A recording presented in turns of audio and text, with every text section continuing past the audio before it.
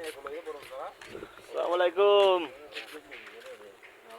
আরেকটা কাজে আসলাম আনোয়ারা বরুণ ভাই। জায়গাটা অনেক সুন্দর, খোলামেলা নিরিবিলি জায়গা। খুব পাতলা বসতি মানুষ ঘর আছে অনেক দূরে দূরে একটা একটা। জায়গাটা অনেক সুন্দর।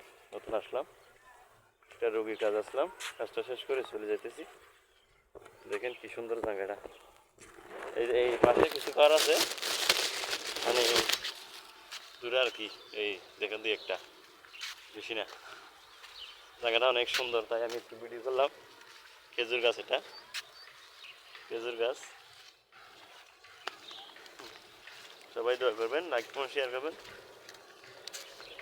এই জায়গাটার মধ্যে নতুন আসলাম, কখনো আসিনি।